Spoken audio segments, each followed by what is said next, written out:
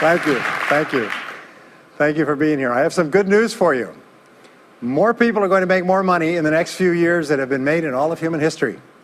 In the year 1900, there were 5,000 millionaires in America. In the year 2000, there were 5 million millionaires. That's an increase of 1,000 times. Now, there was a leveling off in 2001, 2002.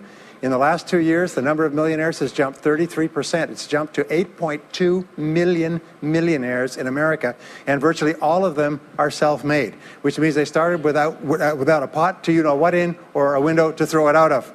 And they've made it in one generation. When we look at the wealthiest people in America today, Warren Buffett, Michael Dell, of course, Bill Gates, Paul Allen, and the Walton family, all first-generation multi-billionaires. We have a $12 trillion economy today that is growing at the rate of $500 to $600 billion a year, and all that money is going through somebody's fingers, and your job is to make sure it goes through yours and some of it sticks. Is that a good goal for today? And my job is to show you how to do it. The good news is that all the answers have been found. Self-made millionaires have been studied exhaustively. They've been analyzed. They've been interviewed by the hundreds of thousands and millions. And what we know is exactly who they are and what they do and how they think and how they tick and the decisions they make and the things that they do and they don't do. And the wonderful thing is this: if you do what other successful people do, you eventually get the same result that they do. Now, some people say, well, I started off without any money and I don't have any money now. Well, join the crowd. Nobody's got any money. Most people are broke up until their 40s and 50s. So if you're broke today, you're just one of the gang. The only question is, do you stay there? And the answer is no. Now, when I started off in this many years ago, I came from very poor beginnings. I did not graduate from high school. I finished in the half of the class that makes the top half possible. When I left school, I dropped out of high school. I could only get laboring jobs. I was told, by the way, if you don't get a good education, you won't do well in life. Don't get good grades, you won't get a good job. Don't go to college, you won't do well, and so on. And I believed that for a long time until I found there's hundreds of thousands, millions of people who dropped out of high school who went on to become millionaires and billionaires as well. The reason I say that to you, by the way, is don't let it hold you back. Don't let any experience that you've ever had in your life act as a brake on your potential, because there's hundreds of thousands of people who've had it worse than you could ever dream of, who've gone on to accomplish wonderful things. So, I worked at laboring jobs for several years. I worked in construction. I worked on farms and ranches. I worked in factories putting nuts on bolts hour after hour. And one day, in a state of frustration, I began asking this question: why is it that some people are more successful than others? Now, in the Bible, there's the line that says, "Seek and ye shall find, for all who seek findeth. Ask and the door will be open." So I began asking other successful people, what are you doing differently from me? And they told me, and I did it, and I got better results. I got into sales when I could no longer get a laboring job, like many of you. And in sales, I noticed that one of the guys in my company was making 10 times as much as anybody else, and he was selling the same product out of the same office at the same price to the same people under the same conditions, and he was making 10 times as much as anybody else. So I went and asked him, what are you doing differently from me? And he told me, and I did it. Now, what I discovered, which changed my life and which brought us here today, is I discovered the law of cause and effect. The law of cause and effect, sowing and reaping, action and reaction, is the great universal or iron law of the universe. What it says is that everything happens for a reason, is that there are no causeless effects, is that even if we don't know what is causing the effect, we trace it back. It's the basis of the scientific process, of all medical research, of all marketing, of all business, is if you can define an effect that you want, you can trace it back and find somebody who at one time did not have that effect, and then find out what they did, and then do the same things, and you eventually get the same results. We say that success is not an accident. Failure is not an accident. Success leaves tracks. So if you just follow the tracks of other successful people, no matter where you're starting from, you eventually get to the same place that they get. Well, this was a shocker for me, because, and I learned later in psychology, by the way, that one of the two most important things we need to have to be happy and healthy is a sense of control, a feeling that we are in control of our lives, that things are happening for a reason, and a sense of coherence, a feeling that things fit together. Well, when I realized the law of cause and effect explained everything, I thought, wow. So in sales, I went to the top of my sales force. I read and I learned, attended courses, and especially I applied what I learned. And then when I got into sales management, I again read the books and took the courses and asked for advice. And when I got into real estate and importation and development and manufacturing and distribution and a whole series of businesses over the years, the first thing I did is I asked, how does it work? How do people succeed in this field? And then I buried myself and immersed myself. I spent hours and hours and hours studying, and then I did what the most successful people did. Interesting point. We say that nature is neutral. In other words, nature doesn't care who you are. It doesn't care if you're tall or short or male or female or black or white, educated or uneducated. Nature doesn't care. All that nature cares is that you do what successful people do. It's like making a recipe. Nature doesn't care if you follow a recipe. If you follow the recipe exactly, you get the dish. Nature doesn't care who's doing it. And that's the wonderful thing about our society. It's basically like justice. It's blind, is nature doesn't care. In fact, there are a lot of people who are not as smart and not as talented as you who are doing vastly better than you, not because they're better, but because they're just following proven success methods. There's nothing that will make you madder than to see somebody who's dumber than you, who's making more money than you, right? Have you had that experience? So what we do is we use proven success methods. We just find out what they are, and we do them over and over again. Quick point, nothing works the first time, okay? Please understand that. Nothing works the first time. What is the average number of times that a person tries with a new goal before they give up? Can you guess? Well, the average is less than 1. Because most people give up before they try even once. They say, that's a great goal. I'd love to be financially independent. And then they give up. They don't even try. They say, but I couldn't because of this and because of that and so on. And then they move away to a wonderful place called Someday I'll. You ever heard of Someday I'll? Someday I'll start saving money. Someday I'll get out of debt. Someday I'll lose weight. Someday I'll start a business. Someday I'll get serious about my finances. And most people live on Someday I'll. Your job and my job is to vote yourself off the island, right? And we start taking control of our lives. Well, about some years ago, I was called by a major businessman, and he asked me if I would do a talk for his 800 entrepreneurs that own separate franchises within his organization on how to become a self-made millionaire. And I said, sure. When you're a young speaker, you agree to speak on any subject. Sure, I'll speak on that subject. Now, I was just like most people. When I was young, I wanted to be a millionaire by the time I was 30. And when I hit 30, I put it off to 35, and as I got to 35, you put it off to 40, and then you kind of just don't look at it anymore. You forget about it and feel the deck is stacked against you. Well, I was about 38, 39 when he called me up and asked me. I said, sure, no problem. And I said, now, what do I know about self-made millionaires? And this is a shocker. I didn't know anything. Oh, I knew that they had more than $1 million, but that's a real basic piece of knowledge, you know. So I started thinking, what do I know about them? So I began to study them. And that's when I found out that they've been studied so thoroughly, is we know everything there is to know about them. They are a source of incredible fascination. And there's 50 years of research. So I began to read the studies and find out where they came from and what they did and how they thought and where they started and the decisions they made and the kind of people they were. One of the things that I learned, by the way, is that becoming a self-made millionaire is not the important thing. What is really important is the person you have to become a self-made millionaire. You have to become a totally different human being. One of my friends says that in order to achieve something you've never achieved before, you have to become someone you've never been before. And it's a really important insight, is the qualities that you need to develop, qualities on the inside to become a self-made millionaire, are incredible qualities that make you a vastly better person. Not only better in terms of character, determination, discipline, decision-making, strength, and so on, but they make you a far better person. They round out your character in a far better way. So the real payoff of becoming wealthy is not because you can eat more, because how many more meals can you eat? How many more clothes can you wear? But it's the kind of person that you become, and then the kind of people that you associate, the kind of life that you have.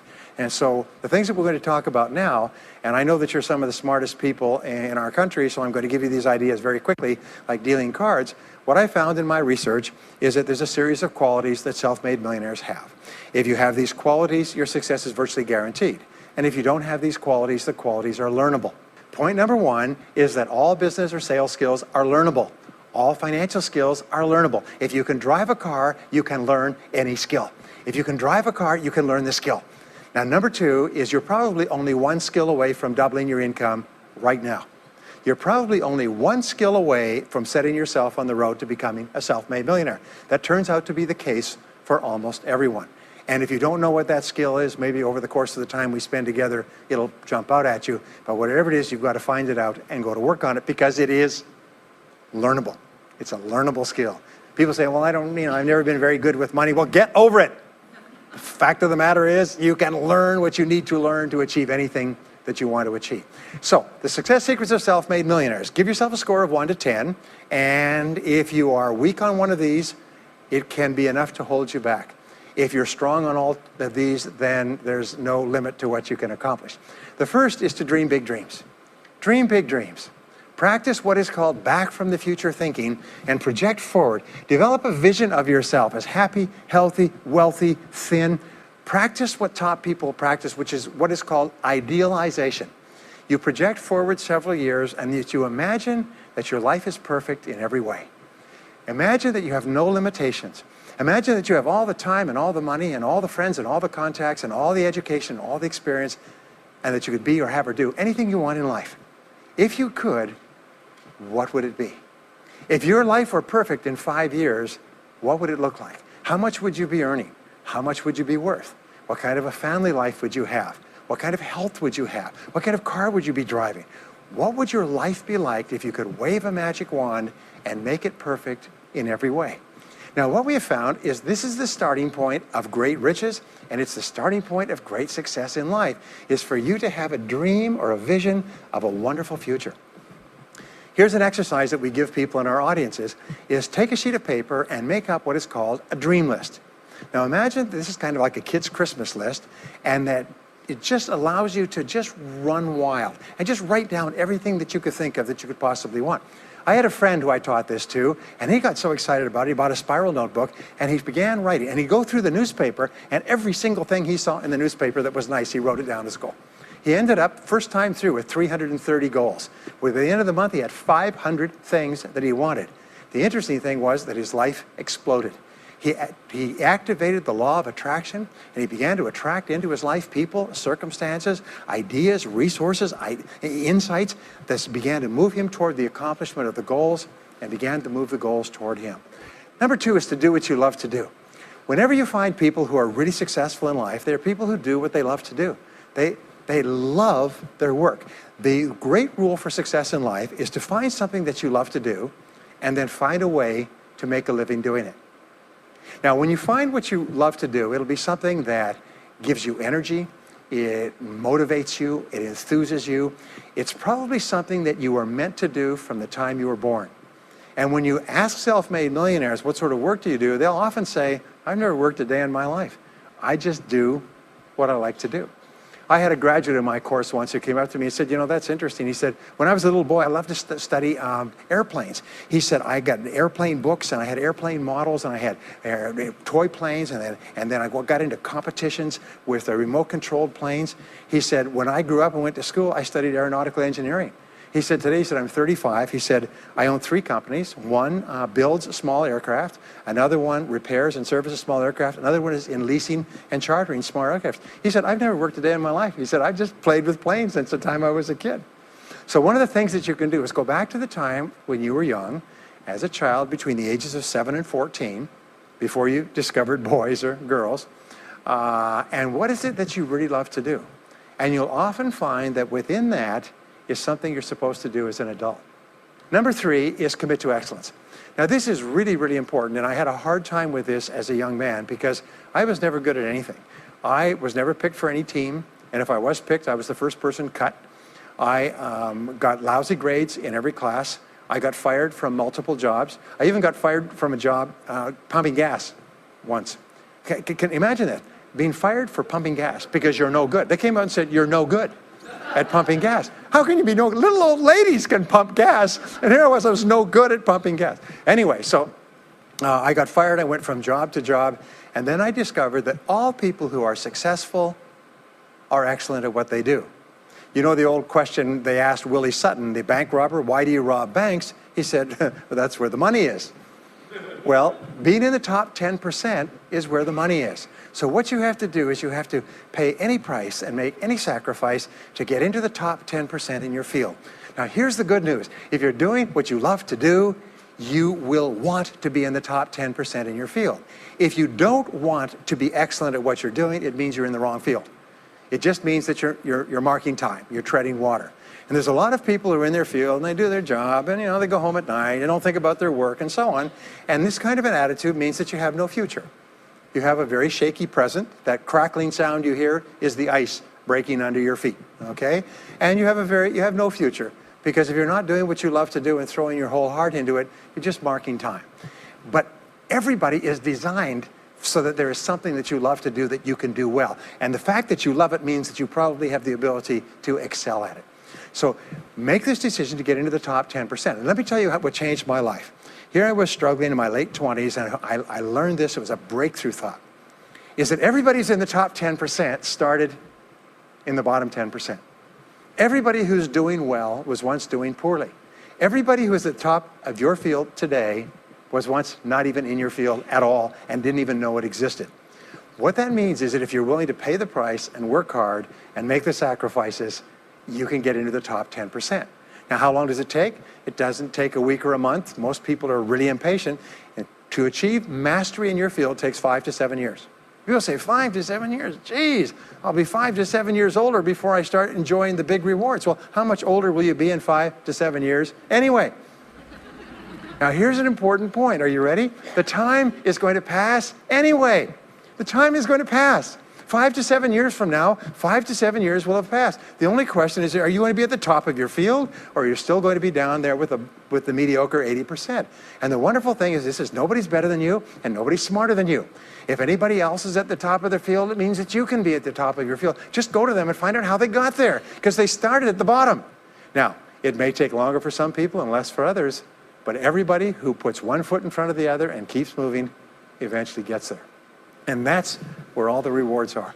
And not only that, that's where all the joy in life is. When you're really good at what you do, you feel wonderful about yourself. You're respected and esteemed by everybody around you. You can write your own ticket. You can open any door when you're good at what you do. Because you get up in the morning and you know you're good. And that is more important than the rewards that go with it. The next key is to develop your unique talents and abilities.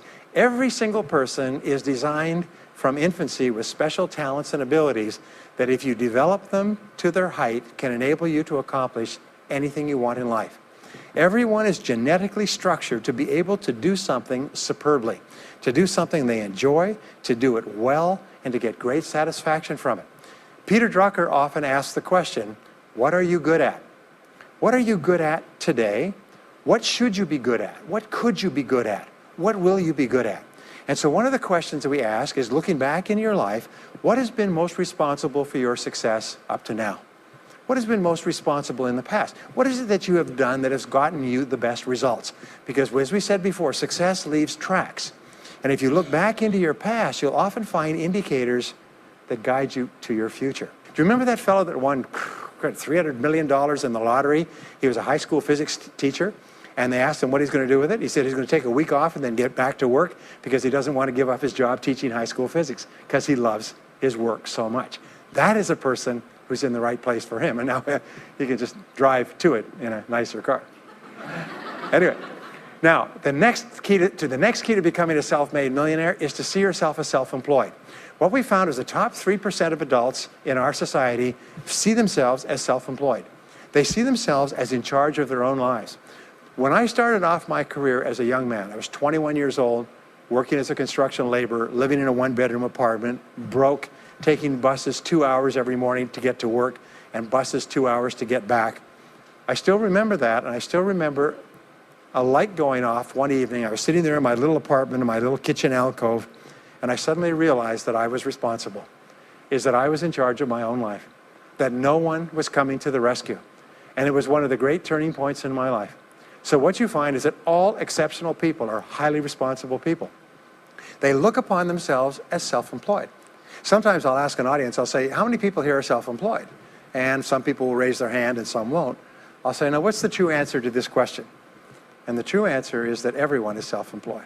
The biggest mistake you could ever make is to ever think you work for anyone else but yourself. Even if someone else signs your paycheck for you all your life, the most valuable people in any organization are the people who treat the company as though it belongs to them. They see everything that happens as affecting them personally. They're not the 9-to-5ers, the no-hopers that say, yeah, well, I go to work. When I'm not at work, I don't think about my work. These people, somebody has told them that's a clever way to think, It's the way losers think. Winners think about their company, and when they're not there, they think about how they can do it better. When something happens in their company, they take it personally because they see themselves as highly responsible. As a result, they're paid more, they're given more educational opportunities, they're promoted faster, and these are the people that eventually, like cream, rise to the top of every organization and every industry, the top 3%. The next key to becoming a self-made millionaire is to develop a clear sense of direction. Developing a clear sense of direction means that you need to become intensely goal-oriented. We find that all successful people are goal-oriented. There's an old saying, you can't hit a target that you can't see. You've got to know what you want in every area of your life. Some years ago, I worked with the Hunt Oil Company in Texas. The Hunt Oil Company was founded by H.L. Hunt, who became the wealthiest, self-made, multi-jillionaire billionaire in the world. At his peak, he owned 200 companies and had a royalty income of $3 million a day. Most phenomenal man, by the way. And he was interviewed by a friend of mine on television before he died in the early 70s. And he was asked, what are the secrets to success? He said, the keys to success have only been two through all my life, and I will tell you what they are.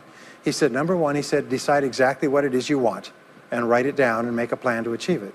And number two is determine the price you're going to have to pay to get it, and then resolve to pay that price. Now, where the law of sowing and reaping cause and effect, I learned an additional point to that. I learned that your current life today is the result of the price you've sown up to now. Is whatever you've put in, you get out. So whatever you're getting out today is a result of what you've put in. If you don't like what you're getting out, what you have to do is you have to put in something different. What I found is this, is that life is always just in the long run. So therefore, life says this, is there's a price you have to pay, and there's two qualities. First of all, you have to pay the price in full for your success of study, preparation, hard work, and so on. And second of all, you have to pay the price in advance. You don't get it afterwards. The way the world works is first you put in what you need to put in, and then you get out the rewards. So you have to ask yourself, what is the price that you have to pay to achieve the success that you desire? And you have to write it down and make a plan and work on it every day.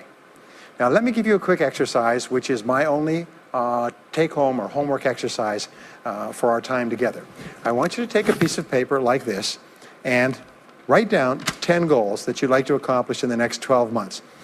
Write the word goals and today's date at the top of the page. Write down 10 goals you'd like to accomplish, and then ask yourself this great question. If you could only accomplish one goal on this list, but you could accomplish it within 24 hours, which one goal would have the greatest positive impact on your life? Now this is a great question because it'll usually jump out at you. You say, that's the one. If I had this, that would have more of an impact on my life than anything else. Sometimes it's a financial goal, sometimes it's a health goal, sometimes it's a relationship goal. But whatever it is, put a circle around that goal and then turn the page over and write it at the top of the page. Set a deadline on the goal, make a list of everything that you could think of to do to achieve the goal, and then begin working on your list. And here's the kicker, do something every day. Do something every day that moves you one step forward towards your major goal. My promise to you that this exercise, selecting your most important goal, making a plan, and working on it every day, will change your life in ways that you cannot imagine. They say that people begin to become great when they determine their major definite purpose, their number one goal, and work on it every day. It is the secret to becoming a self-made millionaire. It's the secret to great success in life. My promise to you is a week, a month, a year from now, you'll look back and you'll be absolutely staggered at the difference it makes. I was giving a seminar not long ago, and a gentleman came up to me. He said, you know that goal-setting exercise? It changed my life 10 years ago. He said, I was broke, I was divorced. He says, I was an alcoholic, and somebody dragged me to one of your seminars. He said, and I did that exercise and I picked my major goal. He said, it changed my life. I said, in what way? He said, today, he said, I'm worth $40 million. I said, wow. He said, yes, and I owe it to that lesson. Next is refuse to consider the possibility of failure. It's the most amazing darn thing is that the fear of failure is the greatest single obstacle to success in adult life. And it's not failure itself, because each one of you is a professional failure. Each one of you has failed over and over and over again. Isn't that true? All of us fail. All human beings fail over and over. 9 out of 10 things that we try don't work out the way we expected. We have failures in relationships and in jobs and in careers and investments and everything. It's not the failure that holds you back. The failure makes you smarter. We say that it is the fear of failure, not failure, that holds you back. And the way that you overcome failure is you never consider the possibility of failure. The rule is this, is there's no such thing as failure, there's only feedback. Is when you try something that doesn't work, you get feedback, not failure. And recognize that most things you try aren't going to work the first few times. So what you do is you say, oh, that's an interesting bit of feedback. And you pick yourself up and you move forward and you have more feedback and you move forward. To become a self-made millionaire, you're going to fail over and over again, year after year after year. But your brain has a cybernetic mechanism, which means that every time you try something, you get feedback, which makes you smarter. And when you try something else, you get feedback, which makes you smarter. And eventually, you reach the point where you're too smart and you stop making mistakes. You start to do more and more things right and fewer things wrong. But you can't get there unless you have experienced the failures. Henry Ford once said that failure is merely an opportunity to more intelligently begin again. Now, let me pass on one great rule to you, which has been discovered in interviewing self-made millionaires. Self-made millionaires look into every failure for something good. They say there's got to be something good in this that I can benefit from, and surprise, surprise, they always find it. Second is, self-made millionaires always seek the valuable lesson in every setback or obstacle or temporary failure, and they always find the lesson. Now, what do failures do? Failures whine and cry and think about what they've lost and blame their problems on someone else. Successful people say, what can I learn from this that will make me smarter next time? And my promise to you, those who seek find, is that if you go looking for a valuable lesson in the biggest problem that you're facing today, you'll always find the lesson. Here's another possibility. Your biggest problem today could be the biggest gift that you have ever received, because it may contain within it the lesson that will make you successful. If you stop thinking about what happened and who's to blame, and you start looking for the gift within your problem, sometimes it can transform your life. The next key is to dedicate yourself to lifelong learning. Now, what takes you from rags to riches is personal development, personal and professional development. In the 21st century, as Peter Drucker says, knowledge and skill are the keys to the 21st century. And the only thing that will be relevant, the only skill that will be relevant in the 21st century is the ability to learn new skills, because virtually everything you know is becoming obsolete at a rapid rate. Stephen Covey says that your current knowledge base has a half-life of 2 years, which means that half of everything you know will be irrelevant within 2 years. And 2 years from now, half more. So if you're not continually learning and upgrading your knowledge and skills, you're not staying in the same place. As Pat Riley says, the basketball coach says, if you're not getting better, you're getting worse. If you're not constantly learning, you're actually falling behind. So here are the 3 keys to continuous learning. Number 1 is read in your field 30 to 60 minutes each day. In other words, turn off the television, turn off the radio, put aside the newspaper, and just read in your field. The very best places to read, by the way, are books. Read books, the best-selling books written by the most successful people in your field, because books contain a wealth of riches that can enable you to function at a far higher level, to get much better results than you could before. So read 30 to 60 minutes a day. I've had people tell me, countless people over the years, that reading an hour a day has doubled and tripled their income within a year.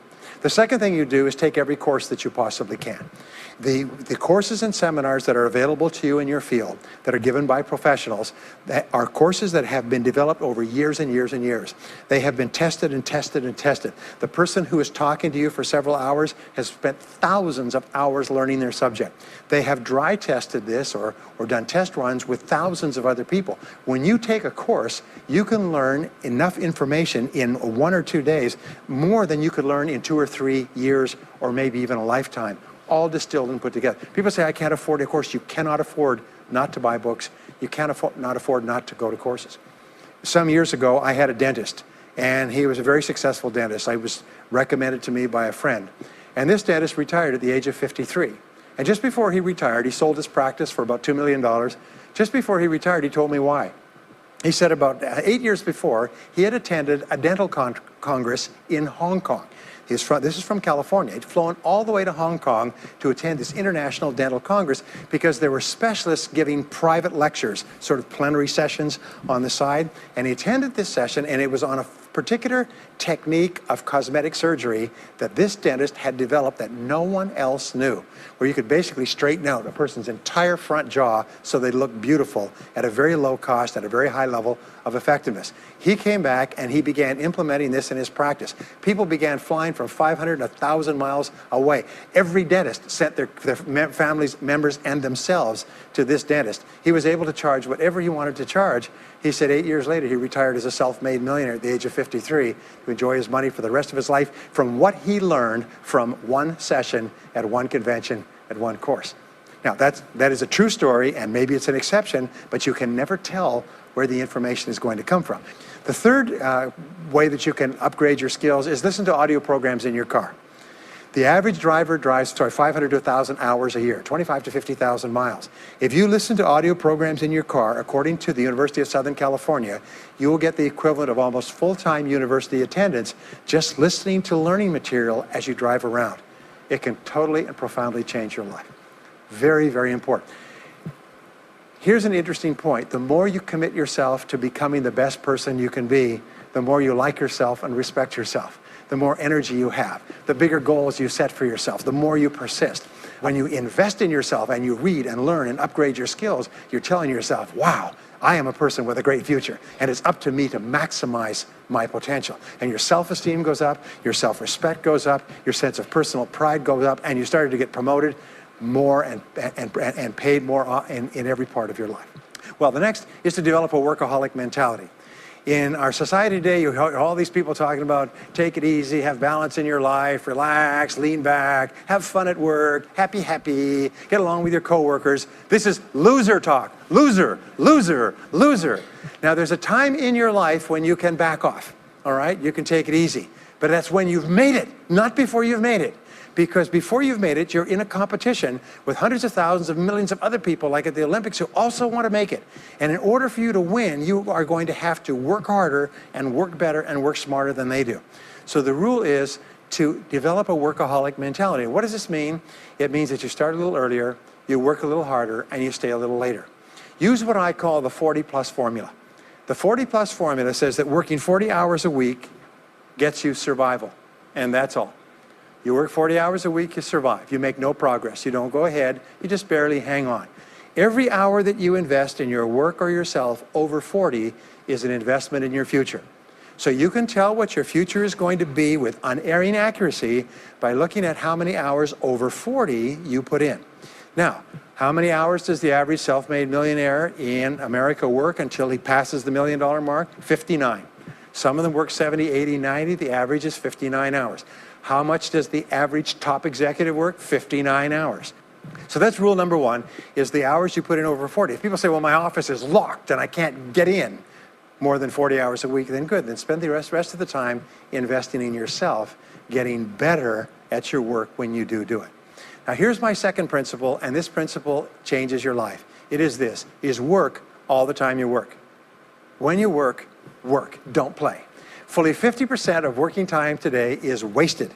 And it's wasted in idle conversation, personal business, family phone calls, surfing the internet, reading the newspaper, drinking coffee, long lunchtimes, coming in late and leaving early. And then the other 50%, you're scrambling because now you're behind because you wasted so much time fooling around. Now you start to work and you don't work on high priority tasks. You try to get rid of all the little stuff.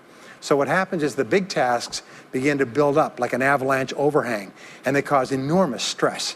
And you go home at night and you're thinking about this job, I've got to get this project finished, but I can't discipline myself to stop talking to my coworkers. Every time one of them comes in, I like automatic, like a conditioned response, it's blah, blah time. Chatter, chatter, chatter, chatter, chatter, chatter, chatter, chatter.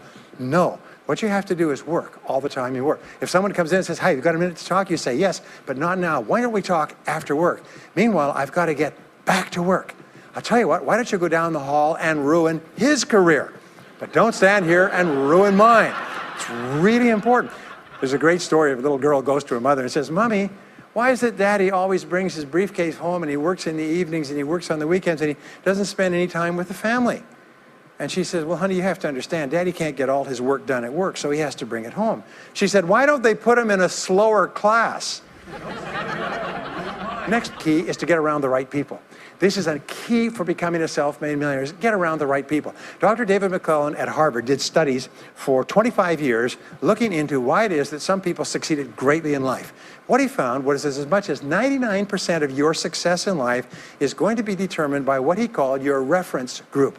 Your reference group are the people with whom you habitually associate. They're the people that you associate with at work, the people you associate with home, your church, your political party, your social circle. What he found in working with people is that changing a person's reference group totally transformed the way they think. Why? It's because we are like chameleons, and we absorb through the skin the attitudes, the opinions, the behaviors, the style of dress, the style of speech of the people with whom we associate most of the time. If you start to associate with winners most of the time, you find that they have a totally different worldview. They're positive, they're upbeat, they're focused, they're learning, they're growing, they're positive at what they're doing, and you start to become like that. We know that our relationships determine 85% of our happiness or unhappiness in life. In other words, if you have bad relationships, personal relationships, they will drag you down worse than a sea anchor. If you work for a bad boss, it'll destroy all your joy in work. If you have one negative coworker, they found that one negative person in an office can cast a blackness over the whole office because of his or her negativity. And so the most important thing you do is you choose your relationships with care and only associate with people that you like and respect and enjoy being around. Next is be prepared to climb from peak to peak. One of the keys to becoming a self-made millionaire is to realize that life is never one continuous train. It's always up and down. So it goes up. Like if you climb a mountain peak, you have to go down into the valley before you climb the next peak. So all of life is cycles and trends. All of life is cycles and trends. And there's up cycles and there's down cycles and there's up trends and there's down trends. The question is, what is the general direction of your trends? We say this, is that life is 2 steps forward and 1 step back. Successful people focus on the 2 steps forward, and then they protect themselves on the downside. They build up cash reserves.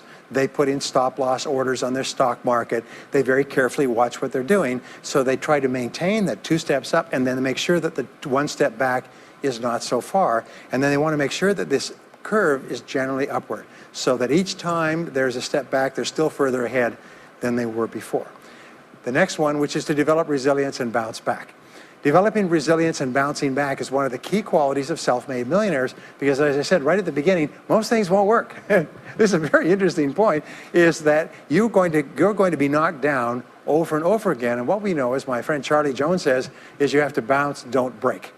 And when things go wrong, bounce. And so what I learned many years ago was this interesting technique of what is called mental rehearsal. And mental rehearsal says that you mentally prepare for the inevitable downturns before they occur. So you say, all right, in the course of life, things are going to go wrong, but when they do, I'm not going to become upset. I'm not going to get mad or angry or anything else. I'm just going to take it and learn from it and pick myself up and keep going. Sometimes I ask this question, does anybody here have any problems? Everybody says yes, everybody's got problems. Well, here's the rule, is all of life is a continuous series of problems. They never end. The problems just keep on coming, like the waves of the ocean. The only break in this unbroken series of problems will be the occasional crisis. So life will be problem, problem, problem, problem, problem, problem, crisis. Problem, problem, problem, problem, problem, crisis. It's like the waves of the ocean. 6 problems and a crisis. 6 problems and a crisis. Which means that everybody here is either in a crisis right now, has just gotten out of a crisis, or is just about to have a crisis. So what we have found is this: the hallmark of superior people, 30 years of research, is how you respond to a crisis. How you deal with problems and how you respond to a crisis. And what we have found is this, is superior people look for the solution to every problem. They don't allow themselves to become upset and angry. When something goes wrong, they say, okay, what's the solution? And they become intensely solution-oriented. When you have a very intense problem, that stimulates creativity to solve the problem. So what you do is you write and define the problem clearly. If you have a problem, you say, wait a minute, what is my problem? What is it that I'm worried about? And write it down. And the very act of defining a problem clearly often triggers the solution to the problem. One last technique that I want to give you with regard to your major definite purpose. And if you only do these two things as a result of our time together, they will transform your life. You've already identified the one goal that can have the greatest positive impact on your life. Now what you do is you take that goal and you write it at the top of a page in the form of a question. And you say, let us say your goal is to double your income. That could have a major impact on your life. You say, what are all the things that I could do to double my income in the next 12 months? Write it as a clear question. Even better, if you're earning $50,000 a year today, write, what could I do to earn $100,000 over the next 12 months? The more specific the question, the better. Then you devote yourself to writing 20 answers to this question. You must write a minimum of 20 answers. Work harder, work smarter, start earlier, stay later, change occupations, upgrade my skills, whatever it is, keep forcing yourself to write till you've written 20 answers. We call this mindstorming. The first 3 to 5 answers will be easy. The next 3 to 5 answers will be difficult. The last 10 answers will be incredibly difficult. But I have given this exercise to people who've gone on to become millionaires so many times I've lost track, because they often find that the 20th answer changes their whole life. And if you've ever done this once, it's absolutely staggering. More people have become millionaires with this simple idea of mindstorming, what I call the 20 idea method, than any other single method of creative thinking ever discovered. Once you've got your 20 answers, pick one answer and take action on it immediately. Once you've got, it doesn't matter what it is, just take one answer and take action on it, and that will keep you thinking and acting creatively all day long.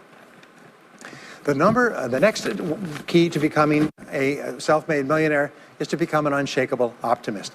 An unshakable optimist means that you think and talk about what you want most of the time. Optimists think and talk about what they want. They look for the good in every situation. They seek the valuable lesson. They're constantly feeding their mind with great ideas, which opens up new perspectives. What I have found is that optimists have 3 wonderful qualities. Number 1 is they learn more things. As a result, they dramatically increase the likelihood that they will learn the right thing at the right time. Number 2 is they try more things, which dramatically increases the likelihood that they'll try the right thing at the right time. And number 3 is they persist. They never give up. Optimists make a decision that once they've decided they're going to become wealthy, they just never stop until they achieve that goal. Now, will they have many setbacks and obstacles and difficulties? Do you know that almost everybody succeeds in a different direction from what they originally intended or from what they originally thought? But they just keep going. Almost like a football player running down the field, running, blocking, changing, moving back, forward, continually, but never loses sight of the goal. So optimists learn more things, try more things, and persist longer. I want to leave you with the last 2 qualities of self-made millionaires. Second to the last quality is that they develop the qualities of courage and persistence. I said before, the biggest single obstacle to success is the fear of failure. The antidote to the fear of failure is the habit of courage. And what we know is that you need 2 types of courage to succeed. The first type of courage is the courage to begin. It's the courage to launch with no guarantees of success. Someone once said that if all obstacles must first be removed, nothing will ever get done. So successful people are willing to think, plan, make decisions, and then take action with no guarantees. We say leap and the net will appear. Take action with no guarantees and then learn. The second part of courage is the courage to endure. It's the courage to persist. It's the courage to keep on keeping on. It's to make the decision in advance that you will never give up. No matter what happens, you will never give up. You will get knocked down over and over again, but you'll never give up. And the interesting thing is if you make that decision in advance, you'll find yourself continually bouncing back. So courage means the courage to begin and the courage to endure. And the final quality of self-made millionaires, and Napoleon Hill called this the master key to riches. After studying 500 of the richest people in American history, he said it's the quality of self-discipline. It's the ability to make yourself do what you should do, when you should do it, whether you feel like it or not. The quality of self-discipline is the quality that will make you a big success. It's the ability to force yourself to do what you know you should do. And here is the wonderful discovery. Is persistence is self-discipline in action. Every time you persist, you build your self-discipline. Every time you practice self-discipline, you build your ability to persist. And the 2 of them are tied into your self-esteem. So the more you persist, the more you like yourself. And the more you like yourself, the more discipline you have. And the more discipline you have in practice, the more you like yourself. As a result, the more you persist. And eventually you get onto an upward spiral where you become absolutely unstoppable. You reach the point where you know you can achieve the goal and nothing in the world can stop you. And every step that you take forward makes you stronger and stronger and stronger until finally people say, I know one thing about him, I know one thing about her. You cannot stop him or her. Once they decided they want something, they will not stop until they get it. And when you develop that quality, there will be nothing that is impossible to you. So let me just leave you with these last points. We're living at the very best time in all of human history. More people are going to make more money in the next few years than have ever been made in all of human history. More people are going to become millionaires and are becoming millionaires today at a faster rate than we've ever thought possible. And no one is better than you and no one is smarter than you. And if you do what other self-made millionaires do, then nothing in the world can stop you from eventually getting the same results as other self-made millionaires. And I hope you do.